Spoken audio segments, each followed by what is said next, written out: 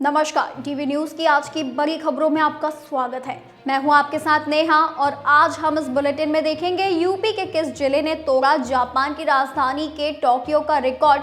जानेंगे राहुल गांधी के उस बयान को जिससे गरमाई राजनीति। बात करेंगे आर्मी डे पर नौसेना को सौंपे गए 3 स्वदेशी युद्धपोत की। जानेंगे क्या चुनाव से पहले एनडीए को हिलाने की है तैयारी। देखेंगे मेटा ने क्यों मांगी मोदी सरकार से माफी और आखिर में बात करेंगे उस बीमारी की जिससे मुक्त हो गई पूरी दुनिया, लेकिन पाकिस्तान से आ रहे दनादन मामले। लेकिन इन सभी खबरों से पहले एक नजर डालेंगे आज की कुछ हेडलाइंस पर।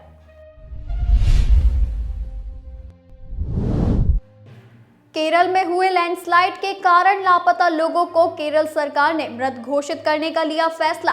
सरकार काफी समय से कर रही थी लापता लोगों की तलाश। दिल्ली के पूर्व मुख्यमंत्री अरविंद केजरीवाल ने नई दिल्ली विधानसभा सीट से दाखिल किया नामांकन। बीजेपी नेता प्रवेश वर्मा ने भी दाखिल किया पर्चा। वाराणसी समेत पूर्वांचल में बारिश ने दी दस्तक। ठंड और शीतलहर का कहर अभी भी जारी। 6 डिग्री से कम हुआ तापमान। उत्तर प्रदेश के हापुड़ जिले में हेलमेट नहीं लगाने पर बाइक में नहीं भरा पेट्रोल तो गुस्साए लाइनमैन ने काट दी पूरे पेट्रोल पंप की बिजली। बिजली विभाग में मचा हड़कंप। साइबर सिटी गुरुग्राम के रास्तों पर स्टंटबाजी कर यूट्यूबर ने बनाया वीडियो। पुलिस के हत्थे चढ़ा तो हाथ जोड़कर मांगने लगा माफी। एलजेपी दफ्तर में चूड़ा दही खाने पहुंचे सीएम नीतीश बगैर खाए लौटे। अब चिराग पासवान ने दी अपनी सफाई। बोले विशेष पूजा में बैठा था इसीलिए हुआ लेट। जोधपुर जेल में दुष्कर्म मामले में उम्र कैद की सजा काट रहे आसाराम 11 साल 4 महीने बाद आए जेल से बाहर। सेवादारों ने किया आतिशबाजी कर स्वागत। बांग्लादेश में बैन हुई कंगना रनौट की फिल्म इमरजेंसी। भारत बांग्लादेश के बीच तनावपूर्ण स्थिति को देखते हुए फिल्म रिलीज पर रोक। 17 जनवरी को सिनेमा घरों में दस्तक देगी इमरजेंसी। रद्द हो सकती है ऑस्कर अवार्ड्स 2025 सेरेमनी। कैलिफोर्निया के जंगलों में लगी आग से 96 साल में पहली बार सेरेमनी कैंसिल होने की खबरें वायरल। प्रयागराज में शुरू हुए आस्था के महासंगम महाकुंभ में हर रोज टूट रहे रिकॉर्ड। फ्लाइट और होटल बुकिंग ने तोड़े सारे रिकॉर्ड। होटलों की भी भारी मांग। वही ये तो थी कुछ हेडलाइंस। अब चलिए रुक करेंगे आज की सबसे बड़ी और खास खबरों की ओर।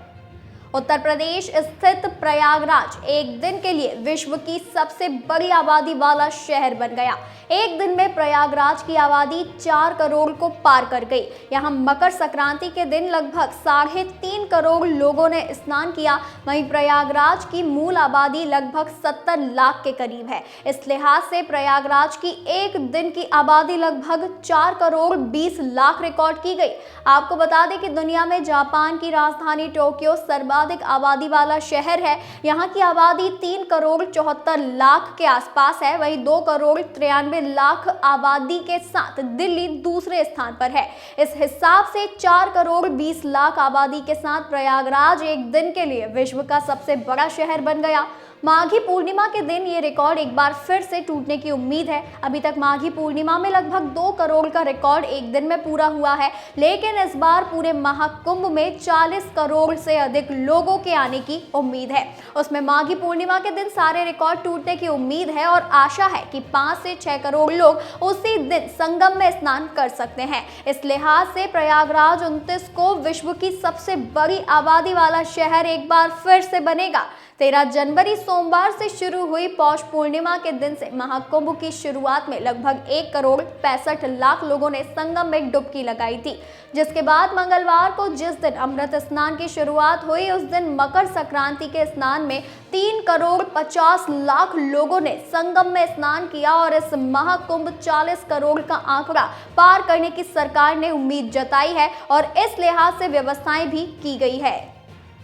बता दें कि कांग्रेस सांसद राहुल गांधी ने बुधवार को पार्टी के नए दफ्तर के उद्घाटन के मौके पर एक ऐसा बयान दिया जिस पर वो बीजेपी के निशाने पर आ गए हैं। उन्होंने कहा कि हमारी लड़ाई बीजेपी आरएसएस के साथ भारतीय राज्य के साथ भी है। उनके इस बयान को बीजेपी नेता अमित मालवीय ने एक्स पर पोस्ट किया। उन्होंने लिखा कि राहुल गांधी ने अब भारतीय राज्यों के खिलाफ ही जंग का खुलेआम ऐलान कर दिया है।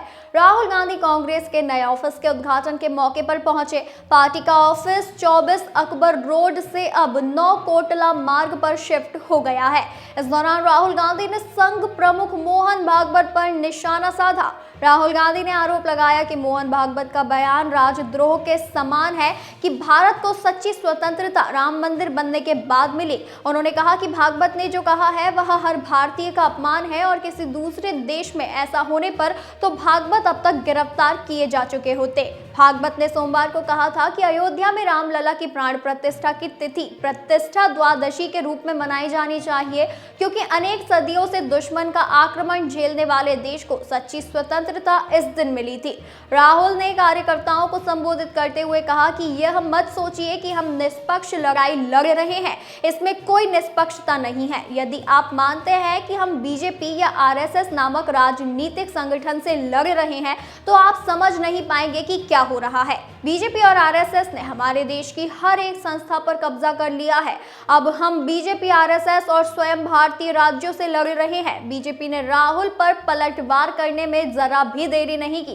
पार्टी के नेता अमित मालवीय ने राहुल का वीडियो एक्स पर शेयर किया। उन्होंने लिखा कि राहुल अब भारतीय राज्यों के खिलाफ जंग का खुलेआम ऐलान कर रहे हैं। ये जॉर्ज सोरोस के प्लेबुक से आया है। केंद्रीय मंत्री और बीजेपी के राष्ट्रीय अध्यक्ष जेपी नड्डा ने राहुल के बयान पर प्रतिक्रिया देते हुए ट्वीट किया कि अब और छिपाया नहीं जा रहा, कांग्रेस का घिनौना सच अब उनके ही नेता ने उजागर कर दिया है। प्रधानमंत्री नरेंद्र मोदी ने आर्मी दिवस के मौके पर आज भारतीय नौसेना डॉक यार्ड में 3 युद्धपोत समर्पित किए। ये तीनों युद्धपोत हैं आईएनएस सूरत, आईएनएस नीलगिरी और आईएनएस बाघशीर। भारत की समुद्री ताकत को मजबूती देने में ये तीनों युद्धपोत काफी उपयोगी साबित होंगे। इस दौरान प्रधानमंत्री मोदी ने अपने संबोधन में कहा कि आज भारत की समुद्री विरासत, नेवी की गौरवशाली इतिहास और आत्मनिर्भर भारत अभियान के लिए भी बहुत बड़ा दिन है। ये अभियान आगे भी जारी रहेगा। पीएम मोदी ने कहा कि देश में पहली बार एक डिस्ट्रॉयर, एक फ्रिगेट और एक सबमरीन को एक साथ कमीशन किया जा रहा है। सबसे गर्व की बात है कि ये तीनों युद्धपोत मेड इन इंडिया हैं। आपको बता दें, देश की आत्मनिर्भरता का प्रतीक है। उन्होंने कहा कि छत्रपति शिवाजी महाराज ने नौसेना को नया सामर्थ्य और विजन दिया था। आज उनकी इस पावन धरती पर 21वीं सदी की नेवी को सशक्त करने की तरह हम एक बड़ा कदम उठा रहे हैं। प्रधानमंत्री मोदी ने कहा कि आज भारत की समुद्री विरासत, नेवी की गौरवशाली इतिहास और आत्मनिर्भर भारत अभियान के लिए भी बहुत बड़ा दिन है। उन्होंने कहा कि आज छत्रपति शिवाजी महाराज की इस पावन धरती पर 21वीं सदी की नेवी को सशक्त करने की तरफ हमने एक महत्वपूर्ण कदम उठाया है। प्रधानमंत्री मोदी ने अपने संबोधन में कहा कि आज भारत को पूरी दुनिया और खास तौर पर ग्लोबल साउथ में एक विश्वसनीय और जिम्मेदार दोस्त के तौर पर माना जाता है। भारत ऐसा देश है जो विस्तारवाद में नहीं बल्कि विकासवाद में काम में यकीन रखता है। उन्होंने कहा कि 21वीं सदी के भारत का सैन्य सामर्थ्य भी अधिक सक्षम और आधुनिक हो, ये देश की प्राथमिकताओं में से एक है। जल हो, थल हो, नभ हो, गहरा समुद्र हो या असीम अंतरिक्ष, हर जगह भारत अपने हितों को सुरक्षित कर रहा है। निरंतर रिफॉर्म किए जा रहे हैं। उन्होंने कहा कि भारत आज पूरे हिंद महासागर क्षेत्र में सबसे पहले प्रतिक्रिया देने वाले देश के रूप में उभरा है। पिछले कुछ महीनों में हमारी नौसेना ने हजारों लोगों की जान बचाई है और लाखों डॉलर के राष्ट्रीय और अंतर्राष्ट्रीय कार्गो को सुरक्षित किया है। आरजेडी सुप्रीमो लालू प्रसाद यादव बुधवार को दही चूड़ा भोज में पूर्व केंद्रीय मंत्री पशुपति कुमार पारस के घर पहुंचे। दोनों नेताओं की मुलाकात लगभग 20 मिनट तक चली। इसके बाद सियासी बाजार गर्म हो गया। दोनों नेताओं के बीच जब मुलाकात खत्म हो गई और लालू यादव बाहर निकले तो उन्होंने पत्रकारों के सवाल के जवाब में बड़ा बयान दिया। इससे एनडीए को चुनाव से पहले झटका लग सकता है। पत्रकारों ने पूछा कि क्या पशुपति कुमार पारस को महागठबंधन में रखिए फेंका। इस पर लालू यादव ने हाँ में जवाब दिया। दरअसल बीती रात पशुपति पारस राबड़ी आवास पहुंचे थे। उन्होंने दही चूड़ा भोज के लिए आरजेडी सुप्रीमो लालू प्रसाद यादव को निमंत्रण दिया था। ऐसे में आज जब लालू प्रसाद यादव पशुपति कुमार पारस के घर पहुंचे तो राष्ट्रीय लोजपा के कार्यकर्ता लालू यादव जिंदाबाद के नारे लगाते नजर आए। दोनों नेताओं में कुछ राजनीतिक बातें हुई। एनडीए में हाशिए पर चल रहे पशुपति कुमार पारस एकला चलो की राह पर बढ़ चुके हैं, लेकिन अब उनकी ओर से आयोजित दही चूड़ा भोज में आरजेडी सुप्रीमो लालू प्रसाद यादव पहुंचे हैं, तो कयास लगाया जा रहा है कि आगामी 2025 के विधानसभा चुनाव में बिहार में नया समीकरण दिखेगा। इन दोनों नेताओं की मुलाकात ऐसे समय पर हुई है जब सियासी उठापटक की चर्चा प्रदेश में हो रही है। बता दें कि पहले लालू प्रसाद यादव की तरफ से मुख्यमंत्री नीतीश कुमार के लिए दरवाजा खुला है कि बात कही गई है। वहीं अब पशुपति पारस के साथ चुनाव लड़ने पर भी लालू प्रसाद यादव ने हाँ कह दिया है। देखना होगा कि जहां एनडीए 2005 और 2010 के अपने घटक दल के समीकरण के साथ मजबूत नजर आ रहा है, वहीं चिराग पासवान से अलग होकर अपनी राह तलाशने वाले पशुपति पारस क्या महागठबंधन में आकर चिराग पासवान का तोड़ पाएंगे? मार्क जुकरबर्ग के बयान पर फेसबुक की पेरेंट कंपनी मेटा ने भारत से माफी मांगी है। आपको बताते हैं कि आखिर ये पूरा मामला क्या है। मार्क जुकरबर्ग का एक बयान काफी चर्चाओं में रहा था। उस बयान में उन्होंने कहा था कि दुनिया भर की सरकारों से लोगों का भरोसा कोविड-19 के बाद हिल गया, इसी वजह से उनकी हार हुई। इस बयान में उन्होंने भारत का भी जिक्र किया। इस पर भारत ने कड़ी आपत्ति जताई थी। बता दें कि फेसबुक के संस्थापक मार्क जुकरबर्ग ने बयान दिया था कि कोविड-19 महामारी के बाद भारत सहित अधिकांश देशों की मौजूदा सरकारों को 2024 में चुनावी हार का सामना करना पड़ा, जिसके बाद केंद्रीय मंत्री अश्विनी वैष्णव ने मार्क जुकरबर्ग को बयान पर पलटवार भी किया और कहा था कि उनका बयान तथ्यात्मक रूप से गलत है। केंद्रीय मंत्री अश्विनी वैष्णव ने सोशल मीडिया प्लेटफॉर्म एक्स पर पोस्ट लिखकर कहा था कि दुनिया के सबसे बड़े लोकतंत्र के रूप में भारत ने 2024 के आम चुनाव का संचालन किया, जिसमें 64 करोड़ से अधिक मतदाताओं ने हिस्सा लिया। उन्होंने कहा कि भारत के लोगों ने प्रधानमंत्री नरेंद्र मोदी के नेतृत्व में एनडीए में अपने विश्वास को फिर से दोहराया है। सूचना और प्रसारण मंत्री ने कहा कि जुकरबर्ग का ये दावा कि 2024 के चुनावों में भारत सहित अधिकांश मौजूदा सरकारों को कोविड महामारी के बाद हार का सामना करना पड़ा, तथ्यात्मक रूप से गलत है। मार्क जुकरबर्ग ने कथित तौर पर एक पॉडकास्ट में दावा किया था कि 2024 में दुनिया भर के चुनावों में भारत सहित अधिकांश मौजूदा सरकारों को चुनावी हार का सामना करना पड़ा था। इस पर अश्विनी वैष्णव ने कहा कि 80 करोड़ लोगों को मुफ्त भोजन, 2.2 अरब टीके और कोविड-19 के दौरान दुनिया भर के देशों को सहायता देने से लेकर भारत को सबसे तेजी से बढ़ती प्रमुख अर्थव्यवस्था के रूप में नेतृत्व करने तक तीसरे कार्यकाल में प्रधानमंत्री मोदी की निर्णायक जीत सुशासन और जनता के विश्वास का प्रमाण है। पाकिस्तान पर मुसीबत का पहाड़ टूटा हुआ है। आतंकवाद और आर्थिक तंगी से जूझ रहे मुल्क को अब एक नई मुसीबत ने घेर लिया है। राष्ट्रीय स्वास्थ्य संस्थान ने इस्लामिक मुल्क में पोलियो वायरस टाइप 1 के 71वें मामले की पुष्टि की है। नया मामला सिंध के जैकोबाबाद के एक छोटे बच्चे से जुड़ा है, जिसमें 27 दिसंबर 2024 को लक्षण दिखाई देने की जानकारी मिली थी। यह अकेले जैकोबाबाद से पोलियो का 5वां मामला है। पाकिस्तान सरकार पोलियो के खिलाफ लगातार कदम उठा रही है। 2024 में WPV1 मामलों की राष्ट्रीय संख्या अब 71 हो गई है, जिसमें बलूचिस्तान में सबसे अधिक 27 मामले सामने आए हैं। इसके बाद सिंध और खैबर पख्तूनख्वा से 21 और पंजाब और इस्लामाबाद से एक मामला सामने आ चुका है।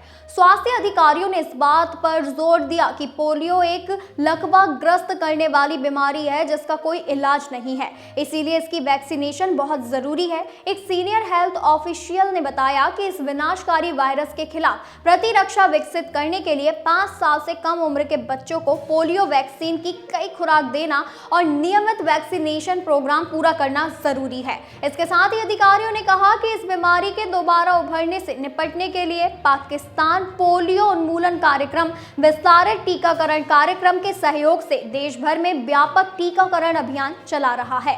स्वास्थ्य अधिकारियों ने अभी अभिभावकों से गुजारिश की है कि वे ये सुनिश्चित करें कि अभियान के दौरान 5 साल से कम उम्र के सभी बच्चों को टीका लगाया जाए। पाकिस्तान में पोलियो की दवाई पिलाने के लिए एजेंसी को काफी दिक्कतों का सामना करना पड़ रहा है, जिसमें दूर दराज के इलाकों में वैक्सीन के प्रति हिचकिचाहट और रसद संबंधी दिक्कतें शामिल है। ये तो थी आज की हमारी सबसे बड़ी और खास खबरें। ऐसी ही खास खबरों को जानने के लिए बने रहिए टीवी न्यूज़ के साथ।